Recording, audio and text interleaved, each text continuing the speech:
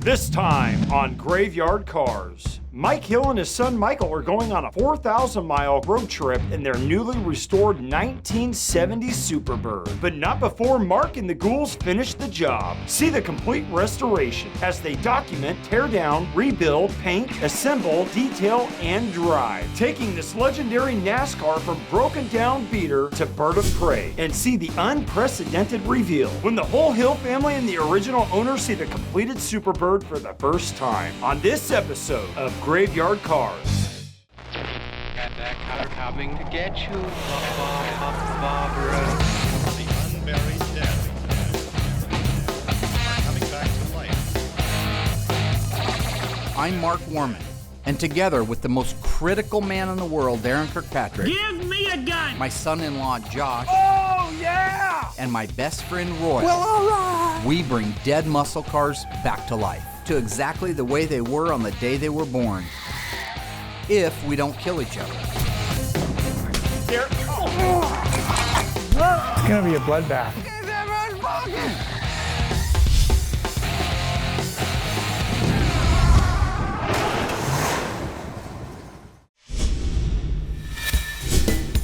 The Hills are in the office. It's always stressful. Mike and Jen and Michael and the original owner of the car, for the first time, we're going to roll around the corner and show them this beautifully restored, all-original EW1 Plymouth Superbird.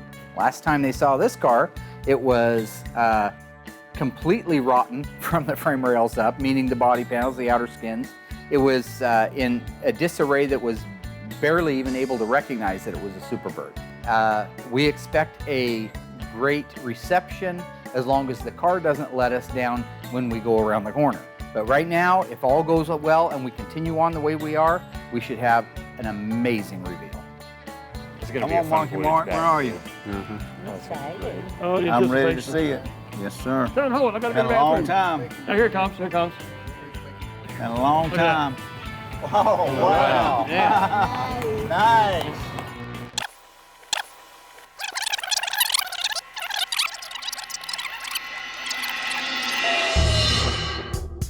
I spent quite a bit of time on the phone with Mike Hill talking about the Superbird. I had a pretty good impression of what I was going to be getting when it showed up. Somebody had stripped it early in its life, maybe back in the mid-70s, and that's what caused all the decay on the outer part of the body panels, like the quarters and the doors and the fenders, that kind of stuff.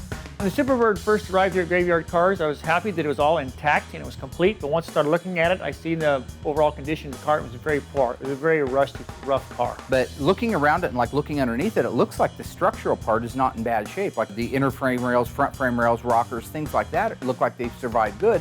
That's probably because they didn't get stripped to bare metal and set in a field like the outer part of the car did. I get a lot of phone calls from people all over the country. I get a lot of emails talking about the cars that they have. The compelling part for me on the Superbird was, A, it's a real life Superbird, that it's a real life NASCAR. It's in the registry of 1,920 Superbirds that were made. But the story behind it, that this Superbird and the other Superbird that the Hills have sat side by side in this field for all of their lives practically. These cars, to me, were my ultimate muscle car. Mike had wanted a Superbird from the time he was a little kid. There was an urban legend in town that a guy had one. Whenever I would pass by this gentleman's house, from the road, you could just see the tips of the wings as you were coming by. It was one of those things that where I said, if I ever get a chance, I was gonna go over there and see if I could buy these cars. However, the urban legend also said that the guy that owned the car was a lunatic who would sick his dog on you and kill you if you went up and so much as knocked on the door and asked about him. So Mike never did. We decided to build a Daytona clone. They got quite a ways on the Daytona. They got the rear body panel replaced on it from the 68 to the 69. They changed the side markers out. So we get our parts together on the tail end of the car. Well, when it comes to the front end of the car, I have no idea how to hang this fiberglass nose on it. So I discussed it with a guy that I met at the post office. He's an old gearhead buddy of mine. He said, you know what? He said, why don't you go around to the guy's house and show him that you're actually working on a wing car by taking your parts, and you might have a chance of getting a look at his car. And he did just that. He collected the few parts that he had questions about, got his son in the car, and they went over to the guy's house. Sure enough, he met me at the door. He comes out of the door and says, can I help you? I go around to the back of my truck and I quickly grab the fiberglass nose cone, hold it up to show him, hey, I've got parts here.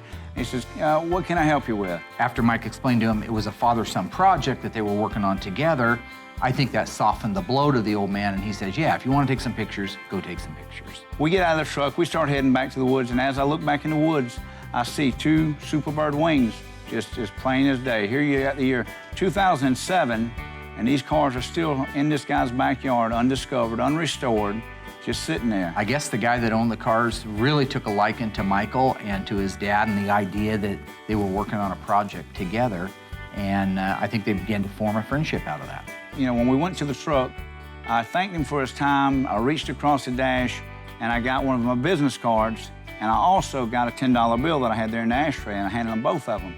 And I said, hey, I want you to keep this. And he said, well, what's this for? I'm giving you that $10 so you don't throw away my business card, because I know these are your children, and I know that they're yours, and you want to keep them.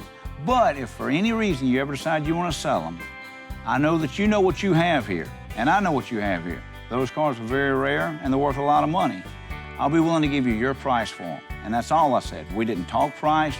It was just, I'll give you your price for them. So after a few months, out of the blue, Mike gets a phone call from the guy that owns the cars saying, are you still interested in these things? I've considered selling you these cars under 2 reasons. Number 1, you don't take these cars and resell them.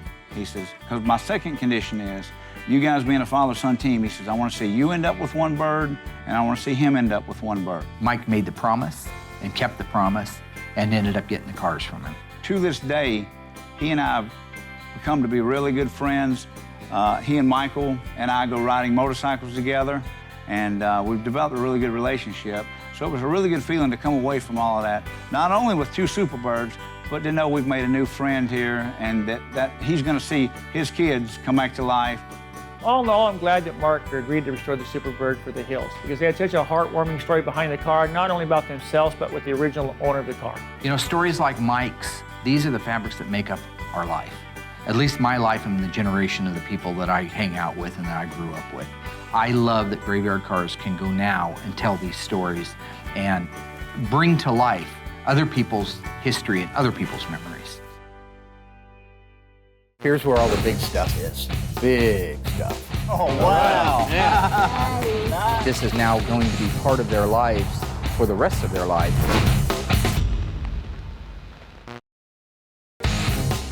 We've seen the Superbird's arrival and learned of the incredible backstory behind this legendary muscle car. The Hills shared their story and why the car is so important to them. Next, we need to document everything before we disassemble it.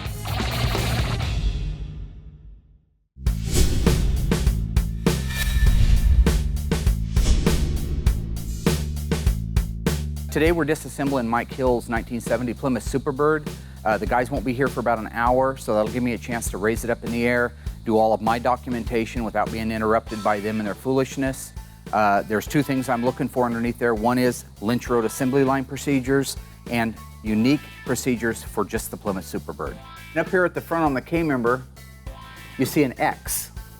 It's always nice to really go over these cars with a fine-tooth comb, see exactly what markings and whatnot some of these cars have on them. It's like finding a buried treasure. You dig, dig, dig, you find a little pot of gold or something. Then later on, when the car is complete, we'll actually duplicate those factory markings that we find and add the ones that are also missing. And that X right there lets somebody know something on the assembly line, whether it was that the steering gear was in place or whether everything had been torqued or checked. That X meant something. Having this knowledge, being able to use this knowledge for my own use is very important. But when somebody calls me up out of the blue and says, dude, I got a Superbird and I got a big X on the cross member on the K-frame, you know what the big X is? I don't actually know, but I can document that mine has it too, but maybe the Superbird down the road didn't have it. Now we can say, well, why would one have an X and one not? We might be able to go back and find options that would have supported why that X was there. Here's where all the big stuff is. Big stuff. See the paint on the inside of that nose cone is running down? That means it was upside down when they painted it. And then here's the rivets. Those are great to know what the exact size of the rivet is. So once we get that nose cone piece off of there, we'll be able to determine what the width and the diameter and the exact length of those are. And that would be the last 2 digits of the factory part number for the correct K-member for the 1970 Plymouth Superbird. There's been a lot of documentation of all the cars over the years. The Superbirds, Roadrunners, Cudas, Satellites, GTXs, you name it. There are people dedicated to documenting. Guys like Dave Weiss who have dedicated an entire life and write books about the documentation of these cars. But for me, I want my own firsthand knowledge of it. I want my own little database of it. That's the fun part of my job. What's happening, Chief? How you doing? You guys are on time. Right now, we're going to disconnect everything on the top of the engine that's needed so we can drop the engine transmission out in one unit attached to the K-member, like the radiator hoses, wires, etc. If somebody can take we could take that radiator out of there right now if somebody can disconnect the lines on the bottom. You need a 5/8 and a 1/2 wrench. It's been pretty cool so far. It's been a handful putting up with Darren. We'll let Derek do that. He hasn't done anything. Get down there, Derek. We're getting through it. We're going to live through it. It's all good. Darren's a narcissistic lunatic. Okay, he goes out and picks on my top guy, Derek, starts beating him up, saying, "You haven't paid your dues. You haven't been around long enough. You gotta be here longer. Who are you? Look at me. I'm the great Darren. I'm part of the team, and you're not." And then I find out from the camera guys that he's taking a little siesta in the back. Darren apparently has a headache, or he's playing the game, so he's laying down in the office. But that's fine. Us three guys can rock and roll and get the rest of this car apart. I think the disassembly of the Superbird went just fine. There's always a couple things that hang you up, but all in all, it went good. You know, I was training Derek each and every step of the way. He was getting better as we went on. For as rusted out as this thing is, I can't believe how fast we got the brake line and the gas tank out. And it's all intact. Well, so basically, we just finished taking the car apart. I still have to have the glass guys come out and remove the windshield and the back glass. Derek's got a few more things he has to take off of it, but I wanted to get it moved out of that area. We're on a roll. The 1970 Plymouth Superbird was available from the manufacturer in 7 different colors. True or false? 2 of these colors were actually at no extra charge. The answer coming up after the break. So, were 2 of the 7 colors available on the 1970 Plymouth Superbird at no extra charge?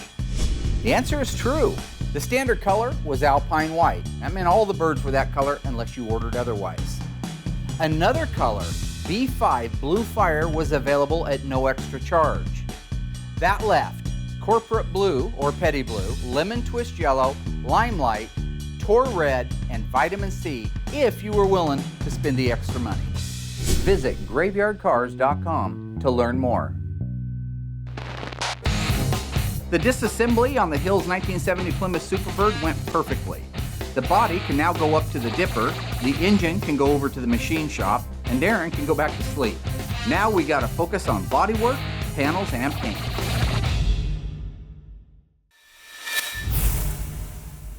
I work very closely with the bodymen as to what panels need to come off and how I want them taken off, how I want them replaced.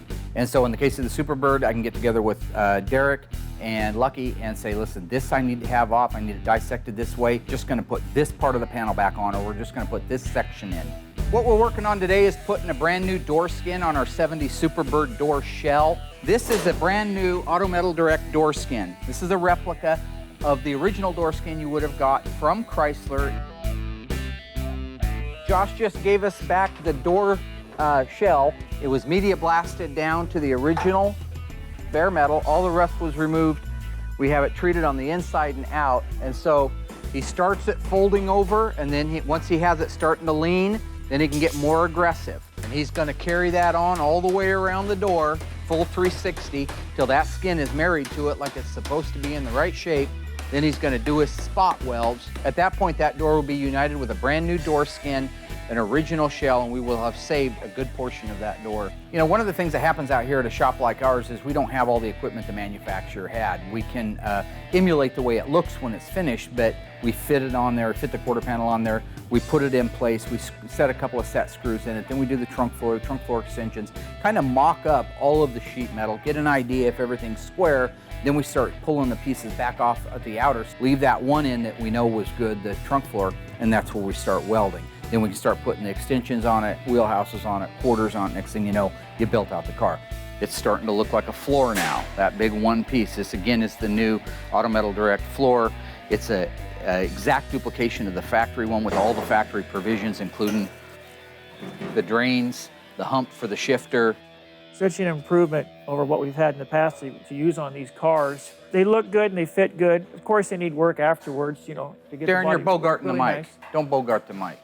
When it comes to one of the single stage colors like our EW1 Alpine White on the Superbird, any of these colors that don't have metallics in them, you can panel paint them. That means that you don't have to have all the panels on the car and walk around it at one time and do the paint.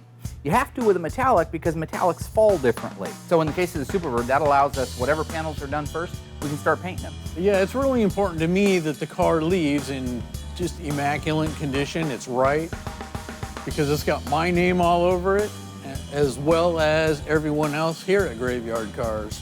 A little while ago, Derek came and got me. I needed to sign off on the jamming of the deck lid, the doors, and the hood, so I did that. He went ahead and painted those. They came out really nice. We've got them out here now. Now the car is in the booth.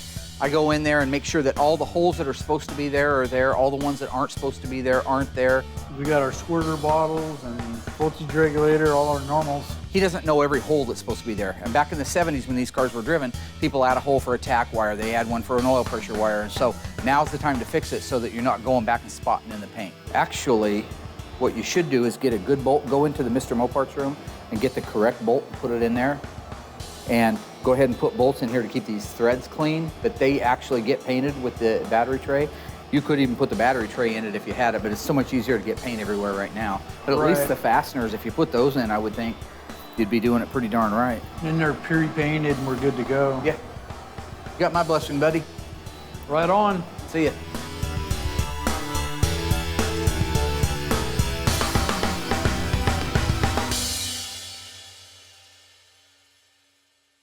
Final top had to be peeled back and the imperfections fixed. Michael, you ready to hit the road? Yes, sir.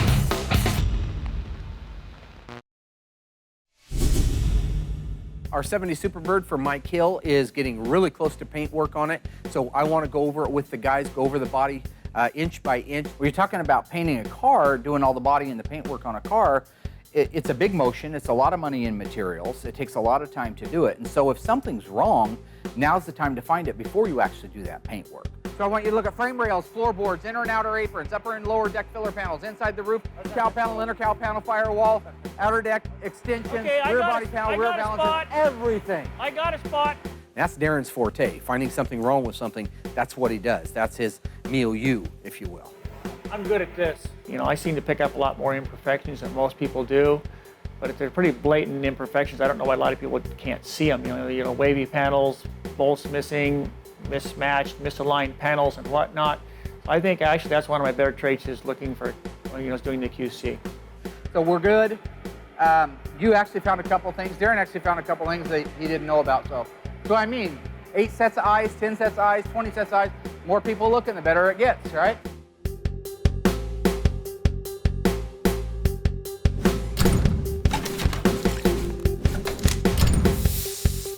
Clients usually want the body and paint to look nice. Mike Hill, I talked to him about this. I said, you know that these were really edgy, not good from the factory. And he goes, I don't want that. I want it to be the nicest body and paint that you can do. I want it to look, in that one aspect, better than it did at the factory because the factory really missed the mark. They were mass-produced cars, but now we can improve on it. I think that we should.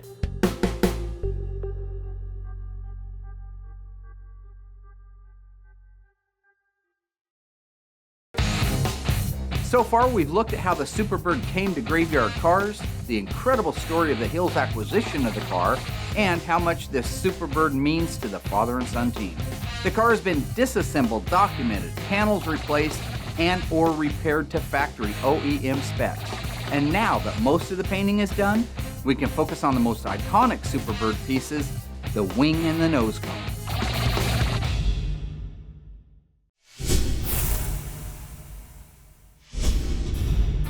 So now that our Superbird is all painted, we're off to the booth to do the wing and the nose cone. The Plymouth Superbird started life as a road runner, okay? And so certain conversions were made at a company called Creative Industries. That's who did the nose cone conversion, that's who did the hood conversion, that's who added the wing and did the back window plug. So the car was already painted when it went over there. What they did over there was they tried to match it, but what they used was a lacquer paint. Where the car was painted in enamel, they used a lacquer paint. So all of the time, like on Tony's car, Tony D'Agostino's got a B5 Blue Superbird, and his nose cone doesn't match the rest of the car even close. So with the Superbird, what we try to do is make all of the paint good quality, but tip our hat and make the nose and the wing and the scoops that go on the fenders off just a hair. I think to the unknowing person, it shows them whatnot, they're going to say, oh wow, look at the paint, it's a different color on the wing and the nose cone. They don't know. The people that don't know that, I think it's going to be a bad thing. You're going to have people at car shows that don't know what they're talking about. You do it the right way, and then if somebody hopefully asks instead of implies, you get an opportunity to educate that particular person. Today the guys and I are getting ready to marry together the engine, transmission, drive shaft, torsion bars, basically the drivetrain for the 70 Superbird. First we have to get it moved outside and washed. The compound that we're cleaning off of the Superbird is the product that we use when we do our wet sanding and our buffing. When you finish painting a car, has little imperfections in the paint, has orange peel or texture to it, and what we want to do is we want to wet sand all of that out. So we usually start with like 1,000 grit wet dry paper. You flatten out the paint, you get those impurities out of it, and then you start massaging that out to about 3,000 with sandpaper. So you start with 1,000, you go to 1,500, 2,000, 25, and then 3,000. Then you buff it. It's that compound that you use when you're buffing it that gets stuck in every door jamb, in your eyes, all over your clothes, inside the engine compartment, trunk compartment. So what we're doing is removing all of that compound before we come back inside with the car and start doing the polish on it. Reuniting the drivetrain in the Superbird, installing it is no different than if we were working on a Cooter or a Roadrunner or a Charger. We're getting ready to lower the car down onto the motor. They're always a tight fit, but with the shocks on there, it's just something else we got to watch as it's going together. It's always a pain when they're an RB engine. The 440 is about 1.5 inches wider at its widest point than, say, a 383, and considerably wider than a small block LA engine like a 318 or a 340. I got a problem with this manifold and the steering gear. It's almost like the motor's got to roll to get it to fit up in there. There literally, in some cases, no room at all between the two shock towers, and you have to manipulate the engine just a little bit to walk it past the shock towers. I think you can go to the right is what I was going to say. I think it's going to be inevitable to scratch it. It's not inevitable. I just think if this comes over, it'll clear. Okay, well, now it's clear. That's why I was saying it just needed to come over this way. That's exactly what we'll have to do on the Superbird. That's what we've had to do on all the cars with the RB engines in them.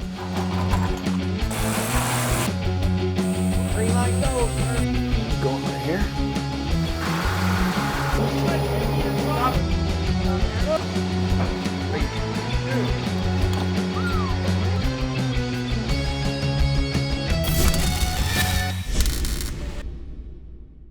There's a lot to do in a complete restoration. We can't be experts at everything. That's why we have Larry come do headliners for us. Larry, he's been doing it forever, so he's really good at it. And even him, inside that car, can pull his hair out all day long trying to get a good, tight, drum-type fit on that headliner.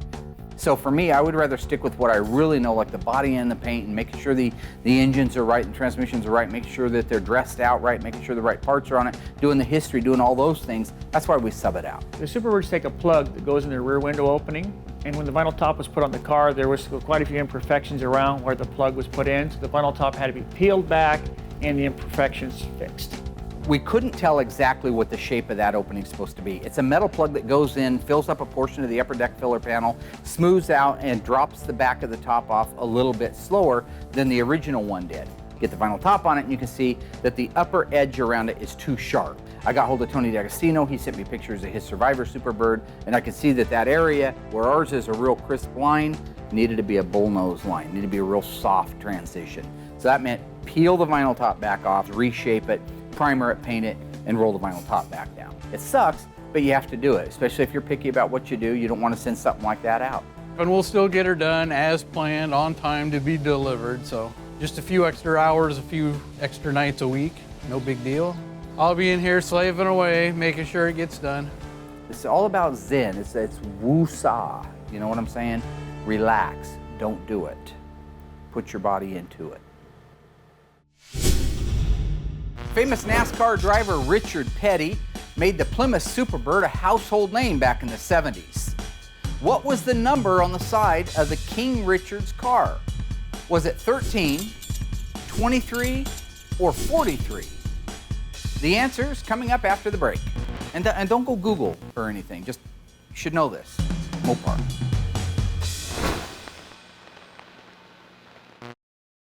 So what was King Richard Petty's number on the side of his Plymouth Superbird? The answer is number 43. Known famously for the STP as one of his sponsors in the 43, the blue, Petty Blue, Plymouth Superbird became a household name back in the early 70s. Okay, Google, when did Richard Petty retire?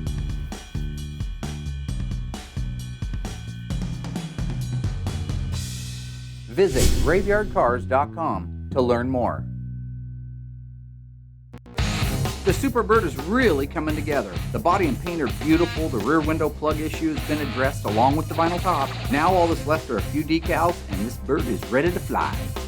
I mean, you know, obviously once we get it running, it'll be ready to fly.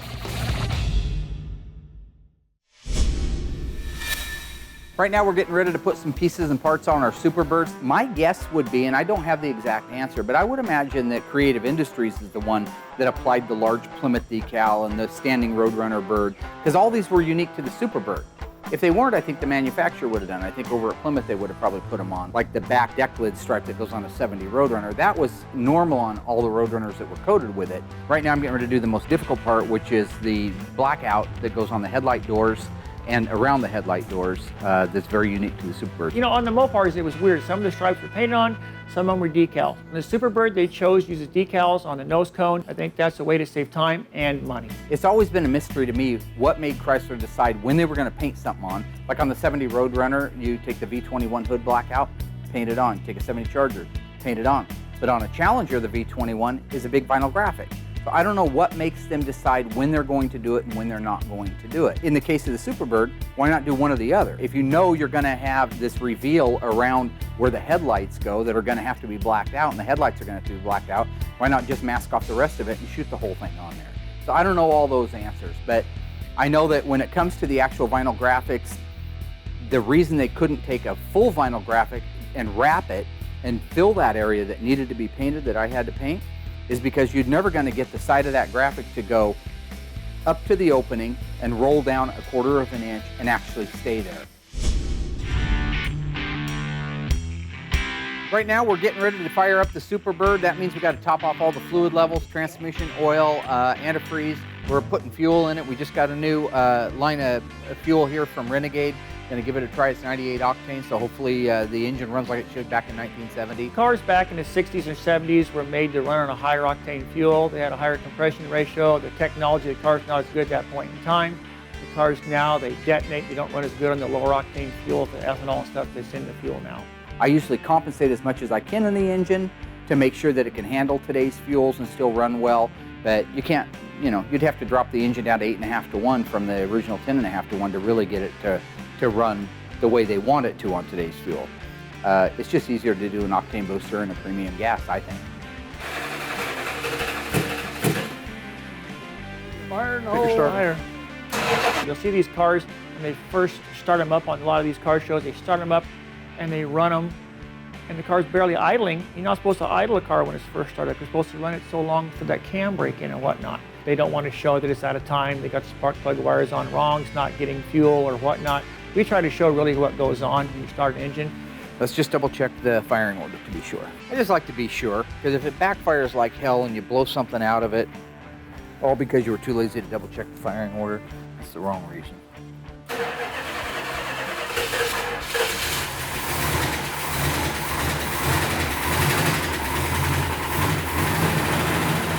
When Mark got it started, it sounded really nice. I couldn't even hear it. I was in the other room. I couldn't hear it when it started. You know, I've had a lot of people comment over the years on my dance moves out there. Frankly, to be honest, it wouldn't surprise me if Dancing with the Stars got hold of me and asked me to be on there. I probably would accept if that's what you're wondering, but would require to dance with Cheryl Burke. I think we'd probably be, you know. I'm sure you people have realized by now that Mark's not right in the head. And when he starts this crazy dance, when he thinks something has went well, for some reason his dancing ends up turning into boxing, and he usually wants to box me for some reason.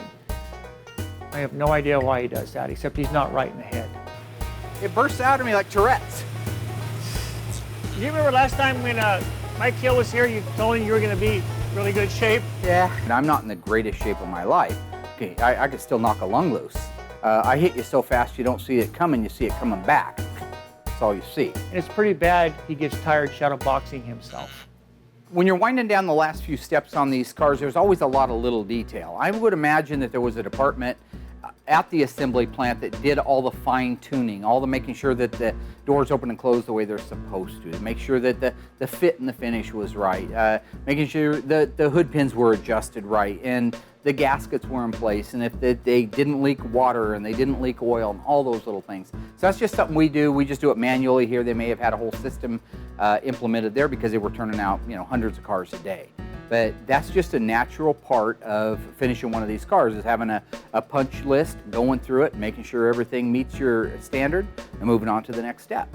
When it comes to putting on the label kits, there's a range of places that these decals can go, like the VIN label on the door. You could probably take a photograph of 20 different Superbirds, and it ranges up and down it probably by inches. I mean, maybe in some cases 6 inches. If you put it on in an area that, as long as it is within the parameter of where it should be, then there's nobody that can say it's wrong. It's just your photo would show that it's not in the right place. You still have the human error, the human element when these decals are put on the cars. We're not all put on exactly the same, because if this guy put on a little bit crooked, this guy put on crooked this way. I use photos. I call guys like Tony D'Agostino, say, can you take a picture of your emission label underneath the hood so I can look at that? To me, I think that the decals are the funnest part of the whole job. I mean, driving them and enjoying it and seeing all the waterworks from the owners when they come and they're balling all over the place and telling you you're the man is all fun. But to me, putting those last few decals on, the jacking instructions, the ethylene glycol warning label, the door VIN, the emission decal, the stuff that goes up underneath the dash, hanging that little thing on the end of the turn signal, your starting instructions, or the sleeve that goes over the visor that tells you how to start it. All these things, I think, are the finishing touches, almost like that cherry on the top of the sundae that makes the whole entire package beautiful. Right now, we've got just a few more things left on it, not much at all. Like I say, Derek has a little bit of paint touch-up to do under the hood. The main thing I want now is this car's completely drivable. It ran through the gears on the hoist. I'll just feel good if I can go around the block and back in it, make sure that everything's basically functioning, then we can wrap it up in the morning and wait for Mike Hill to show up.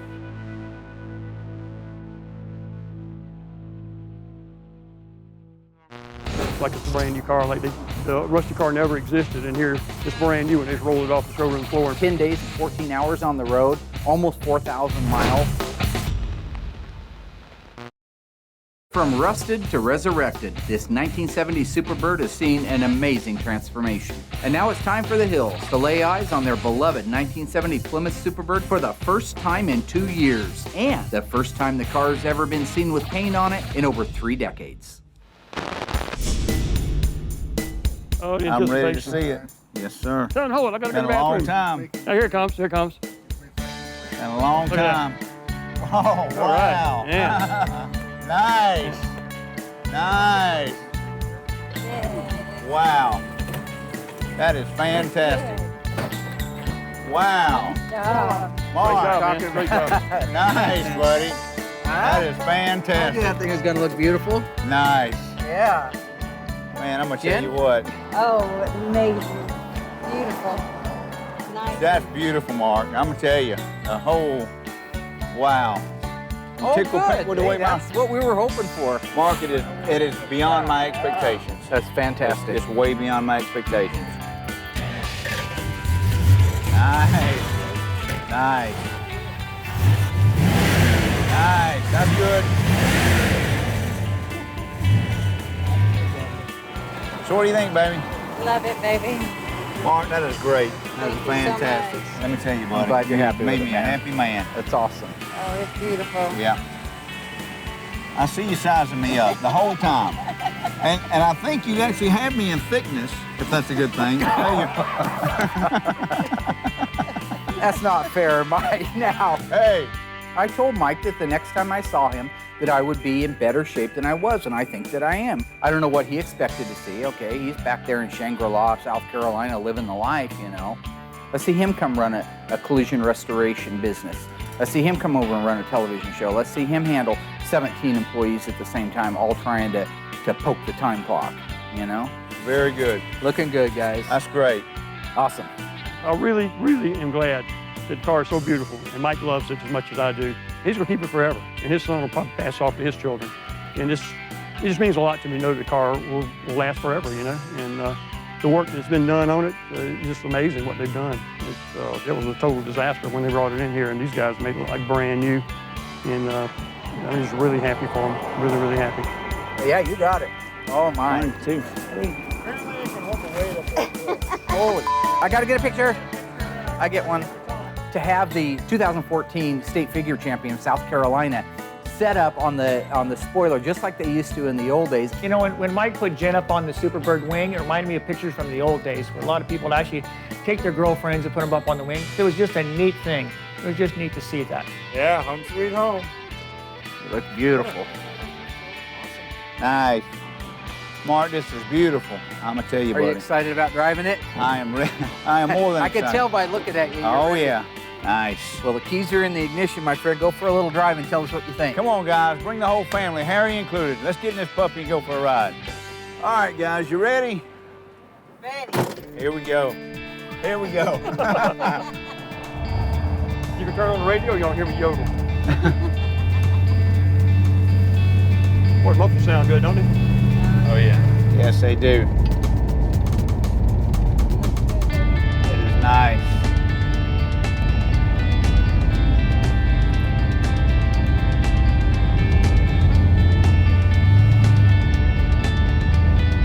Nice. Keep it in low gear so it sounds good. That's right. What do you think, Michael? You like it? Yeah. You want one?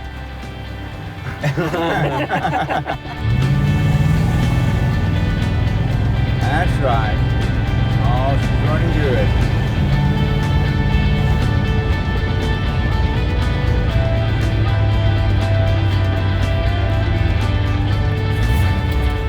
Run okay or not? Always scary. How'd it do? Oh, it did great, man. It did great. Good. It really did. Fantastic. What do you think, pal? Excited? Yeah. It was truly a great moment here, and I'm not just saying that. To have Harry, the guy that bought the car brand new, show up and look the car over and give it his blessing. Well, I bought it back in late 1970. They were going for like $4,500, $4,600. I got it for $38. You couldn't get insurance on it, so nobody would finance it. Pay cash. So anyhow, I got that, and I drove it back and forth from South Carolina to Texas when I was in the Air Force. Put a lot of miles on it, and I went to Vietnam and sat for a couple of years. Came back, started going to college. My girlfriend was like 200 miles away. Back then, gas was like 29 cents a gallon. I still wasn't making much money, but still, you know, drove it, and I really enjoyed it. And then probably around 76 or 7, I decided I was going to do stuff to it. Camshaft, intake, headers, and pretty much made the car undrivable. And that's when I pretty much parked it. I mean, I felt terrible. The car looked so bad. I mean, I've had hundreds and hundreds of people come up wanting to buy them, but people just bugged the heck out of it because everybody wanted to make $1 off of it, you know? And so I just pushed it back in the woods. I knew about these cars since I was in high school. When I would drive by Harry's house, I could see the wings of these cars in the backyard or in his front yard. And as we came by, I always have loved these Superbirds. I finally started working on a clone because I never thought I could be able to afford one. A friend, an old drag racing buddy of mine I hadn't seen for years, told Mike, you know, to come over and mention his name, so Mike did. And Mike was just a nice guy right off the bat. You know, he wasn't acting like everybody else. My son and I took our parts around to Harry's house and showed him that we were working on a wing car. He says, hey, you know what? He says, come back and take a picture of the ones I've got. You can find out how your parts go on. My son and Harry struck off a good conversation. My son is very respectful, good straight A student.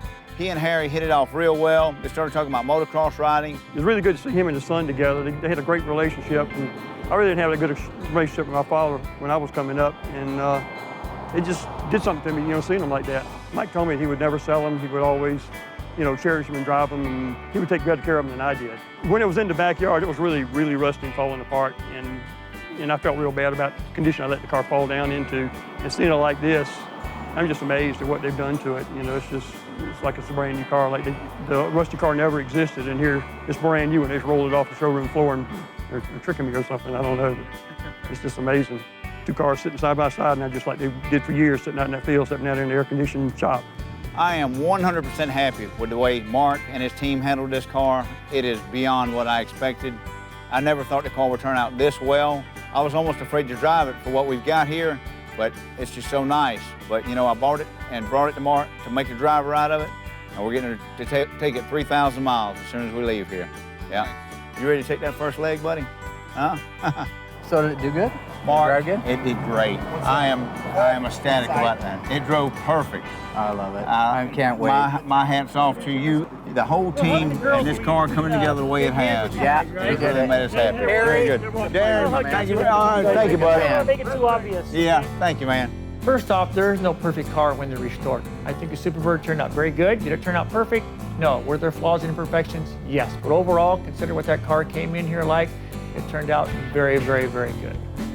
Derek, nice to meet you, buddy. Thank you so much for working the hard parts out on this car. Timeline that you had, you really, I know you pulled the midnight oil on this one. You burnt some midnight oil on this one, didn't you? More than one. I'm sure.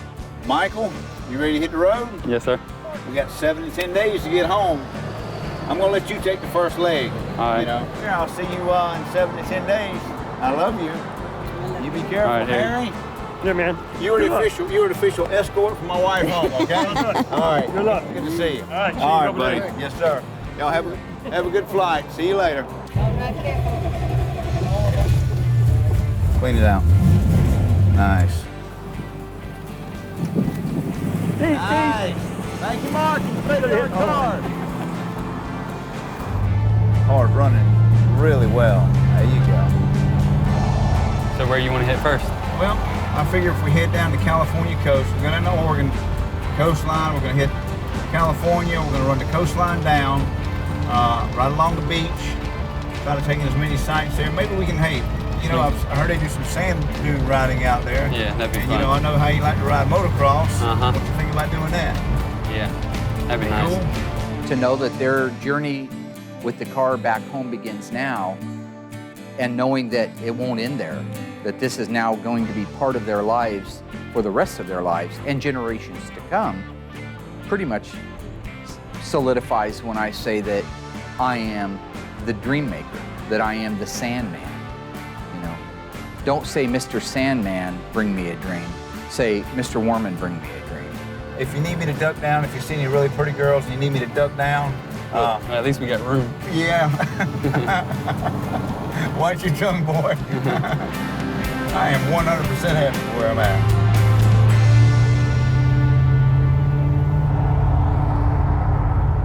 So Mike and Michael, I think it was 10 days and 14 hours on the road, almost 4,000 miles. They drove that Superbird from Springfield, Oregon, all the way home to Sumter, South Carolina. It's always nice to reveal the car to the owner. In the Superbird, there was a big buildup on this because they're actually going to drive the car back home, which put a lot of extra pressure on us. Yes, I was very happy when the car was revealed. I was very worried for the return drive home. Truly for me, and I think for anybody who's ever restored one of these cars or done a customer's car in general, the most rewarding thing in the world is to find out they're home and in one piece. I mean, they stopped in the Redwoods down in California, just beautiful stuff. They went to the Santa Monica Pier. They stopped at every tourist site, Grand Canyon, all the way back home. That's a trip of a lifetime between Mike and Mike, you know, dad and son. It's something they'll probably never repeated in their lifetime. It's something that the rest of us only dream about.